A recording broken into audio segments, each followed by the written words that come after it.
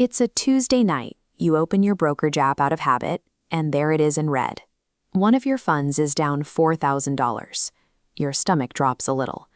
The instinct is to close the app and pretend you never looked. But that $4,000 loss might be a fully legal way to reach into your own tax bill and pull money back out. The internet talks about this all the time, selling it as a brilliant loophole for everyday investors. This animation shows the core trick, known as tax loss harvesting. When you sell an investment in a regular taxable account for more than you paid, you have a capital gain. But sell something for less than you paid, and you have a capital loss. The tax code lets you use those losses to cancel out your gains. Sold one fund for a $6,000 gain and a different one for a $6,000 loss? The two numbers wipe each other out, and your taxable gain for the year drops to zero. And if you had no gains at all, the code lets you take up to $3,000 of leftover losses and subtract them straight from your ordinary income, your highly taxed W-2 wages. On paper, this makes a financial loss look like an effortless cheat code. You sell the loser, shrink your tax bill, and move on. It sets up the obvious instinct. Sell the asset for the tax break, but immediately buy it back so you don't miss the market recovery. Before trying that, pause on that $3,000 limit. Congress set that number back in the late 1970s, and they never once adjusted it for inflation. $3,000 in 1978 bought a decent used car. Today, it barely covers a couple of months of groceries. The most generous part of this strategy, the part where losses offset your actual paycheck, has been shrinking in real value for 50 years. Because that automatic benefit is so small, investors try to extract more value by actively trading in and out of their positions, which is exactly where the math gets dangerous. The immediate trap for a do-it-yourself investor is that desire to sell for the tax break, then immediately buy the stock right back the next morning. You stay in the market and you pocket the deduction. This timeline shows the IRS wash sale rule. Buy the same security within 30 days before or after a loss, and the deduction is disallowed. This 61-day danger zone spans all household accounts.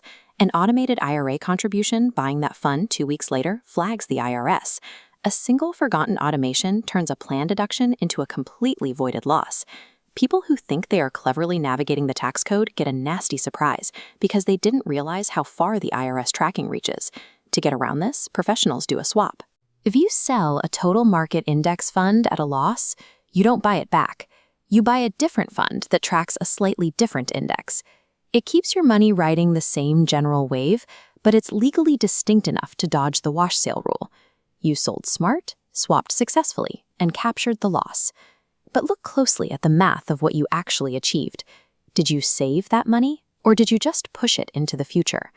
A fund bought at $10,000 drops to $6,000. You harvest a $4,000 loss and buy a replacement for $6,000. That $6,000 is your new cost basis.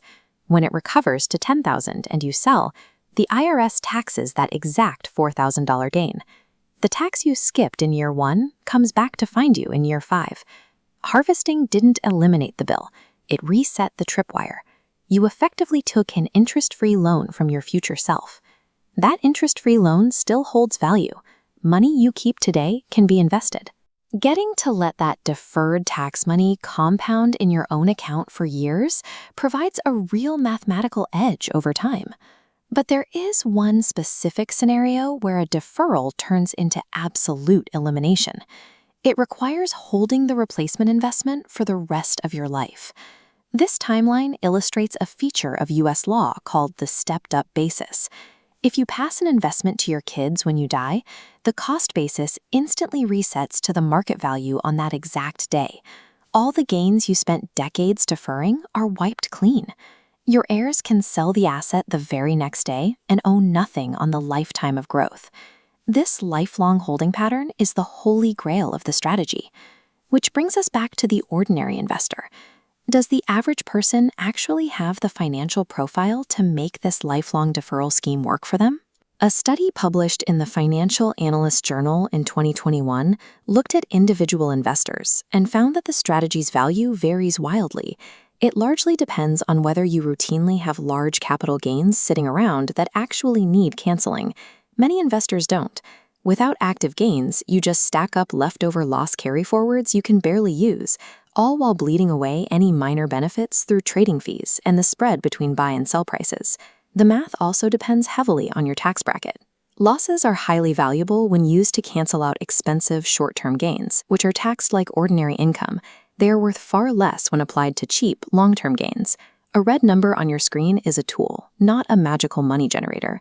It only yields an edge if you respect the wash sale timeline, keep your trading friction low, and understand the endgame.